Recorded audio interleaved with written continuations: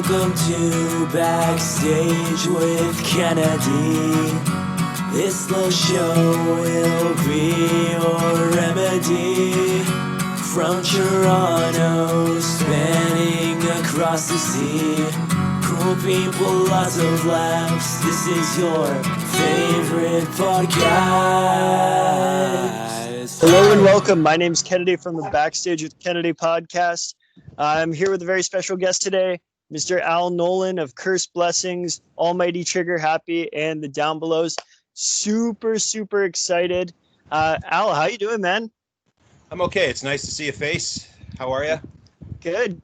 Yeah, I mean, it's been a while since I saw you at the Bovine, that's for sure, with all this COVID stuff, right? I haven't seen anybody in a long time, so it's nice to see you. Yeah, man. Thanks for having me. Hey, no problem. You got your dog back there today?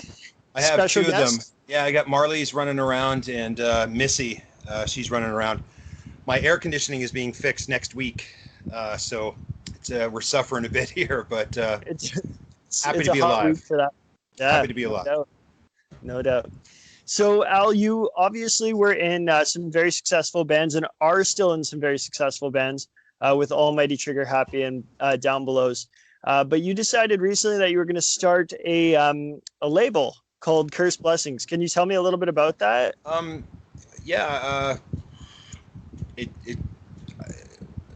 really don't know what else to say, but it's something that I thought about for years. Something that I was always told I should do. I never really made it very easy for any label to deal with Trigger Happy. Not on purpose. It was just a learning curve, and still at 50 years of age, I'm still learning about how to do this. But I feel pretty confident, and I kind of know what I'm talking about. So I've just picked a few bands around town here, and some other ones from the United States that I'm trying to talk to. But it seems pretty good. The first release we're going to be doing is probably, as everybody knows by now, is a local band from Toronto called Dragged In.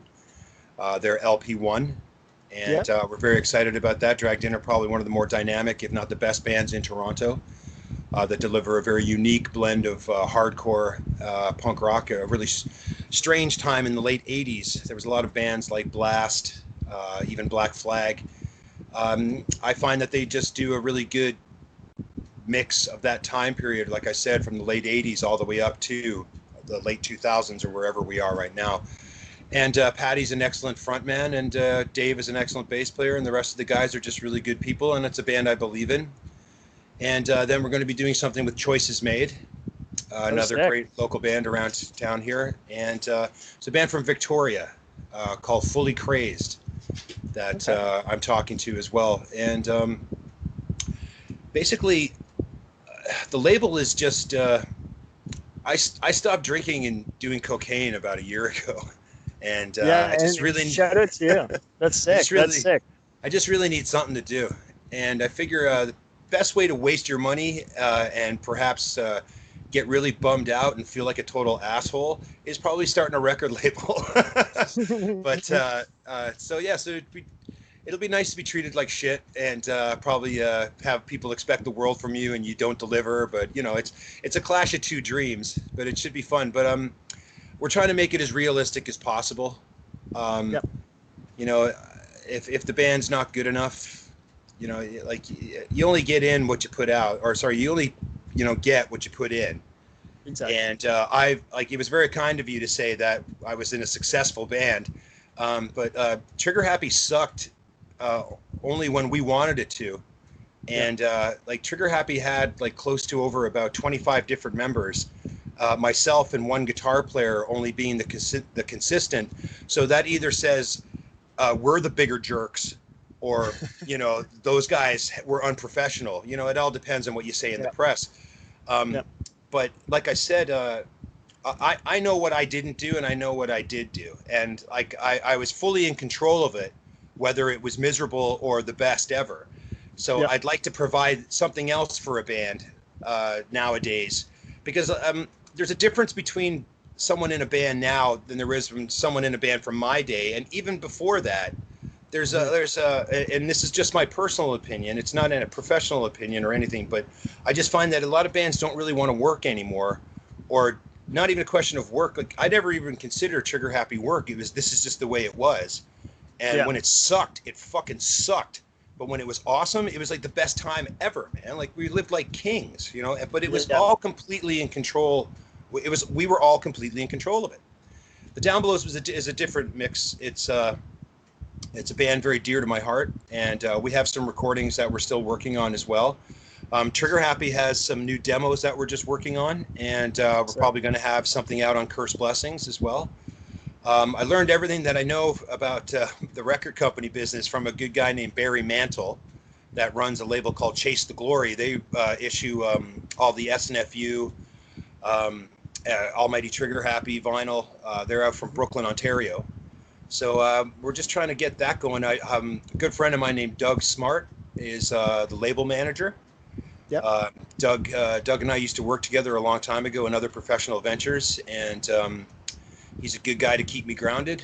And yeah, dude, I just think it's time and also, you know, during the COVID period, I sat around and all I did was buy records online. So I'm hoping other people do the same with us. So, but like I said, it's a learning curve, and I'd rather, of course, bands be playing live. I'd much rather be playing. I'd rather be seeing bands. Like Trigger Happy had a bunch of stuff planned for this summer that we had to cancel, unfortunately. But I'm more or less just here. I want to provide something in the void that the bands can have. So when we do get back to playing live, it's already there, or people already have it, and they're good to go. And you know, even if I do lose money, I'll feel good about it. You know what I mean? And it won't be a bunch of empty bags and a bunch of people I have to apologize the next day to. You know, so I feel like you've always been kind of a man of the people, Al. So like you're a good guy for the music scene, for bands to really have as that label guy. You're not a corporate asshole by any means. You know what I mean? Tried. You're I've definitely tried. Yeah. I don't Nice think that's Al Nolan. No problem. Nice So Al, you talked about how you've been sober for a year now. Congratulations on that, by the way. One thing I found is I do see you at venues and stuff like that. You're always side stage, but you go to a lot of shows. I always see your face there. How important is it for you in making sure that, you know, you're recovering the way you want to recover, yet still going to those shows? Is the shows like a therapeutic process to you, or do you find it still kind of tough? I work for a company called Collective Concerts. Yeah. Okay. So I work with the bands, or I load the equipment in and load it out or set it up. So I'm there. If you see me side stage, it's because I'm getting paid. Okay. I always thought it was just your I'm just here to see the bands. I'm very lucky. I've been very lucky to get the job. A very nice woman named Leslie Goldthorpe, and a very wonderful guys named Craig Lasky and Jeff Cohen from the Horseshoe and Collective Concerts, and Ben Perlman were very kind to hire guys like me and other musicians around town that you know, it's the only job I'm actually qualified for. So I thought it was, I'd be a fool not to take it. But we're probably not going to go back to work till about February or March 2021. But the job, you're right though, it's kept me. I always used to say, like, when the band was traveling a lot in the 90s, I didn't have as many opinions. You know, you were too busy just rolling and going, oh, wow, something new every day. Oh, wow, something new every day. So I found after I stopped touring with the band in the mid-2000s, I started developing really stupid opinions about things. And you have to really give your head a shake sometimes to know.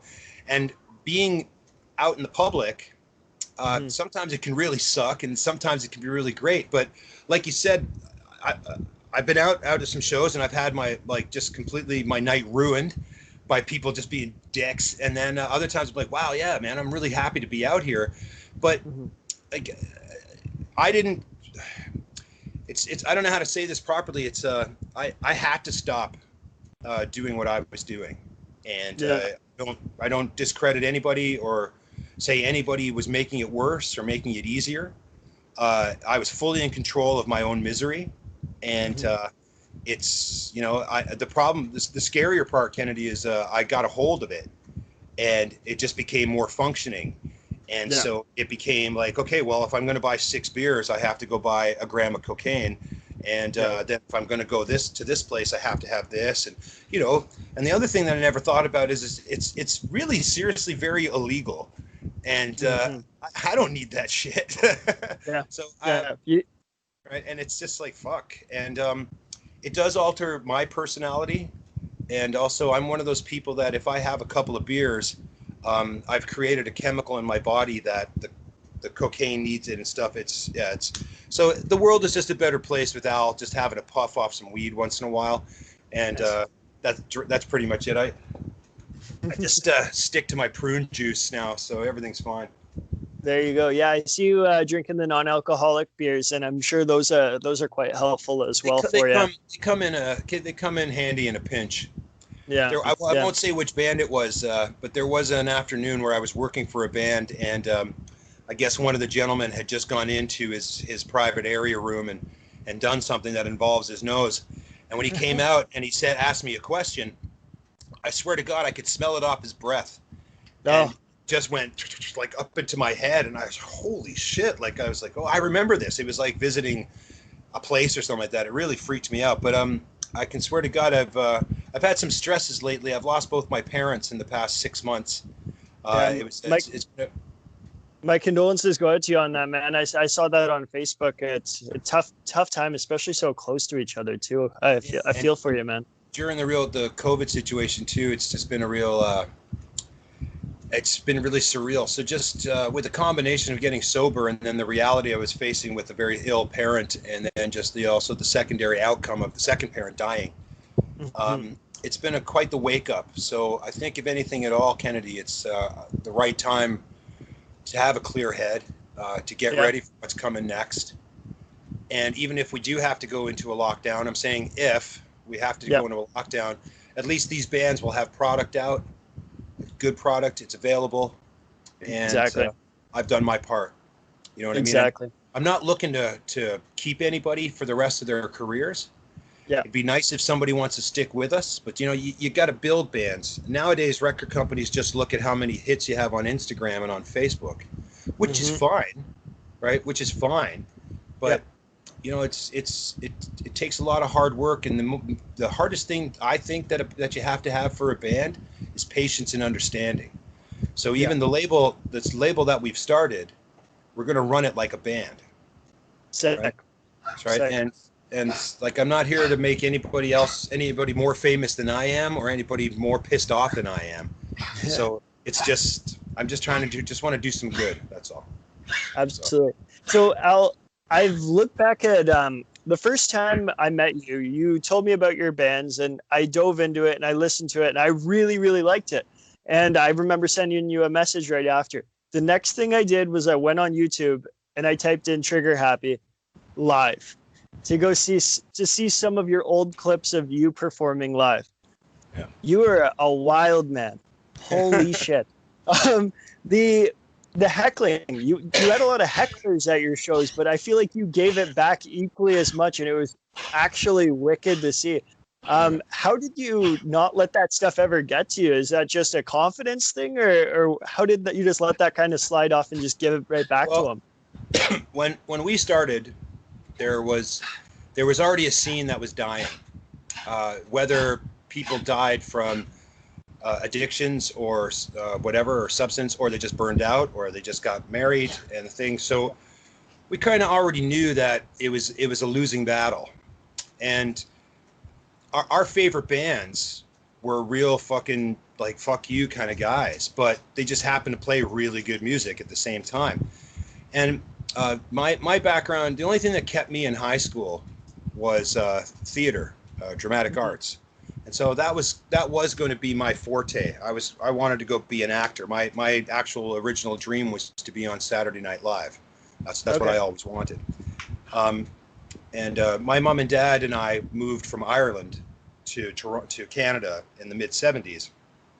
My dad wanted us to have more of an opportunity, and funnily enough, my mom and dad were more supportive of going into acting, which is a way bigger of a loser circus than playing rock and roll, because at least you can put out you can go spend a couple of $1,000s and be stuck with something like this for the rest of your life, right? Yep. Otherwise, like that's a good thing. Otherwise, you don't want to be on some shitty TV show that nobody fucking watched. But and so when we started, it's not an easy situation. That's why I was saying like musicians now, you're either really good or you've been that good since you were 6 years of age, because all kinds of music have been available. And I always used to find that punk rock, when it started, even rock and roll, it's, you know, the people came first. So there had to be a music to go with that kind of person, where now there's already music already. So that person finds their baseball hat or their pair of shoes or their thing, right? So when we started, collectively, all of us were lingering from an older scene that liked skateboarding, that liked punk rock and heavy metal. And the majority of the musicians weren't raised on 77 punk. They were Metallica double picking kind of thing. So you had the toughness of the sound. And then if somebody was lucky enough to be able to sing, that was always a bonus. But most of the time it was you just screamed your fucking head off. But bands would never do anything in between songs, right? It was, and the singer would always act like they were embarrassed to be there. No fucking way, man. Like, I'm fucking gorgeous. You're gonna look at me, regardless. Like, we managed to get away with it by doing it without an ego. But of course, some people, one person's terrorist is another person's freedom fighter. So some people took it as big-headed. Oh, the fuck those trigger happy guys. They think they're the most important band in the world. Well, fuck, we have to, because we have to survive. And that's the way bands should think, is that, it's not like, I've always subscribed to the philosophy of it's kill or be killed. But there has to be a sense of community, of course. Absolutely. So I found that, and you got to remember, some of the guys in the band used to say to me, like, Al, you got to calm down. Don't be so vicious with people. Because I figured that until we didn't have a record out or anything to take home yet. But if the song's good enough, they'll remember the song. But they'll remember that guy in between the songs going, fuck you, asshole, and then kicking over your table and shit, knocking stuff over. They'll remember that guy. Or when that guy gets attacked by somebody and the guitar player comes behind him and hits him with his guitar or something, they'll remember that. And that's what worked for us at first, was like, who are these skateboarding buffoons?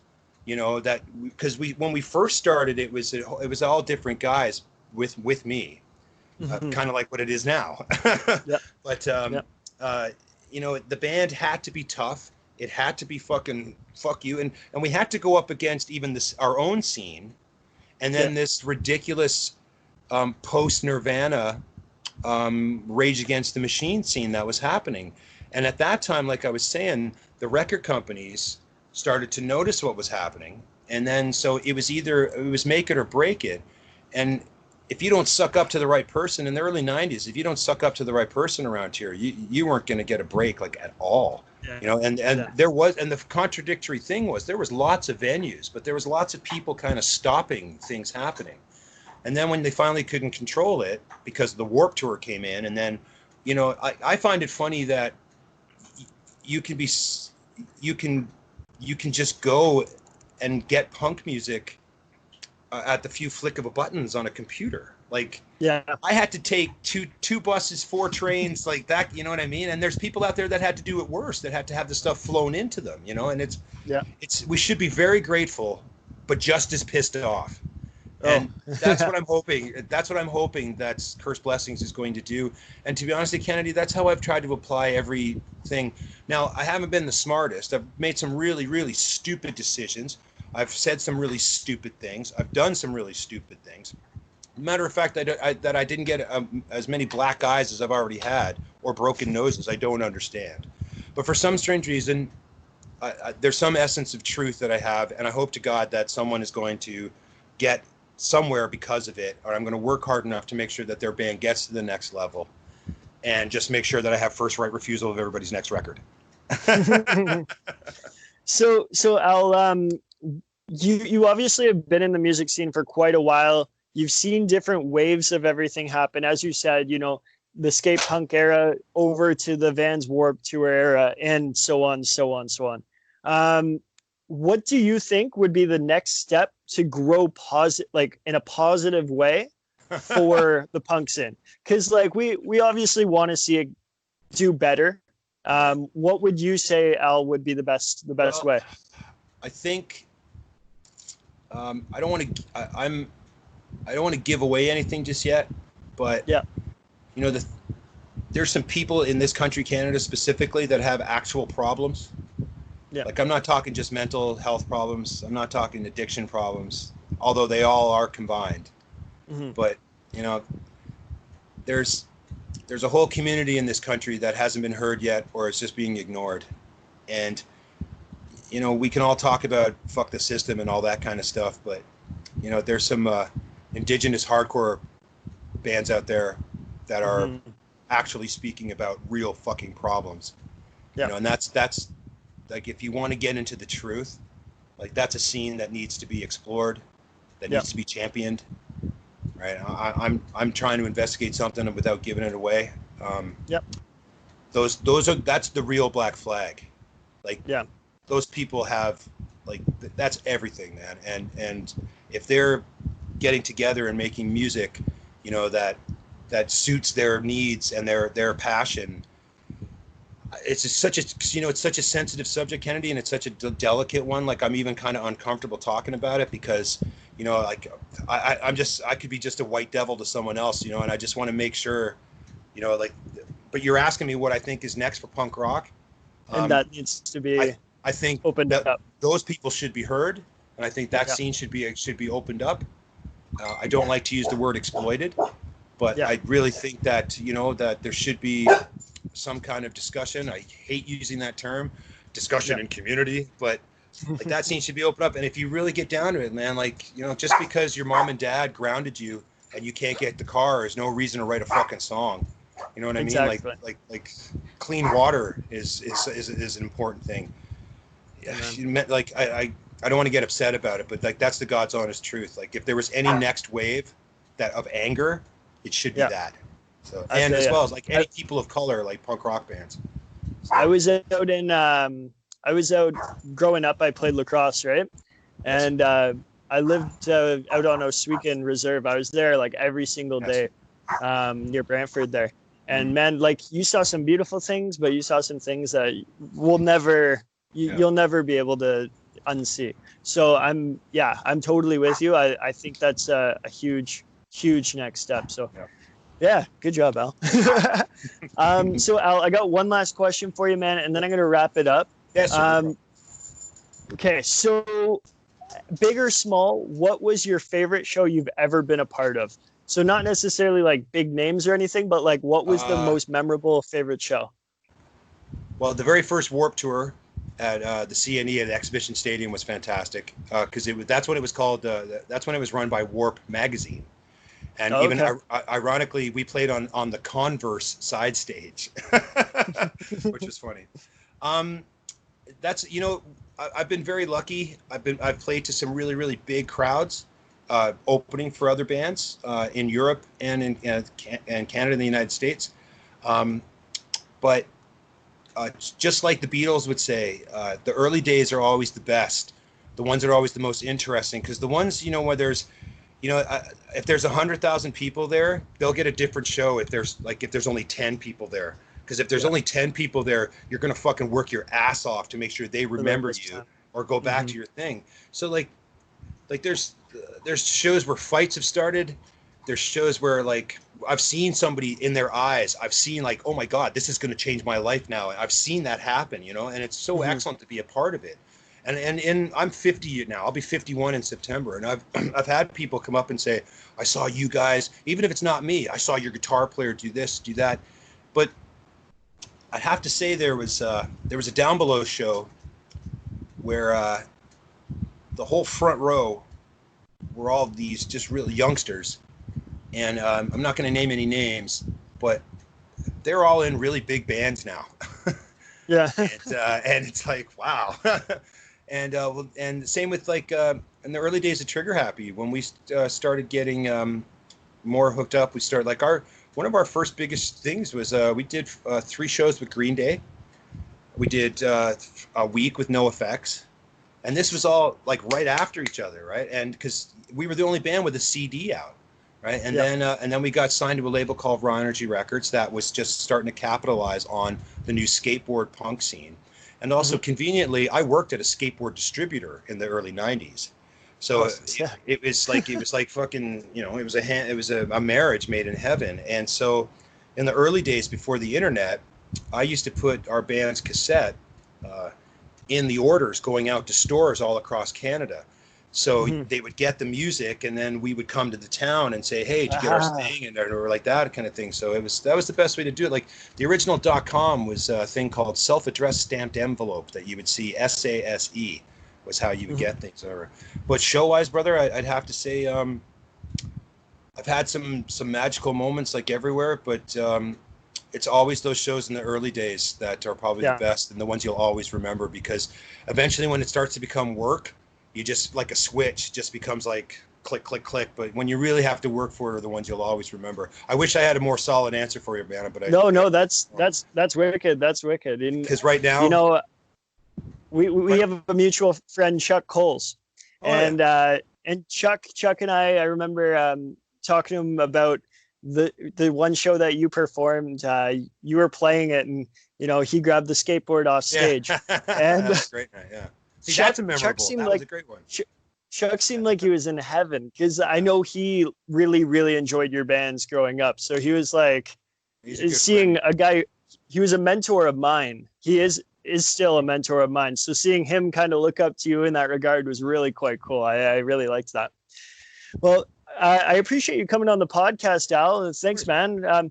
And I'm sure I'll see you at the Bovine, and we'll have a nice conversation and then again too. All right. And you better be wearing a mask. Oh, 100%. I'm all masks, man. You take care. Take care, everybody. Bye now.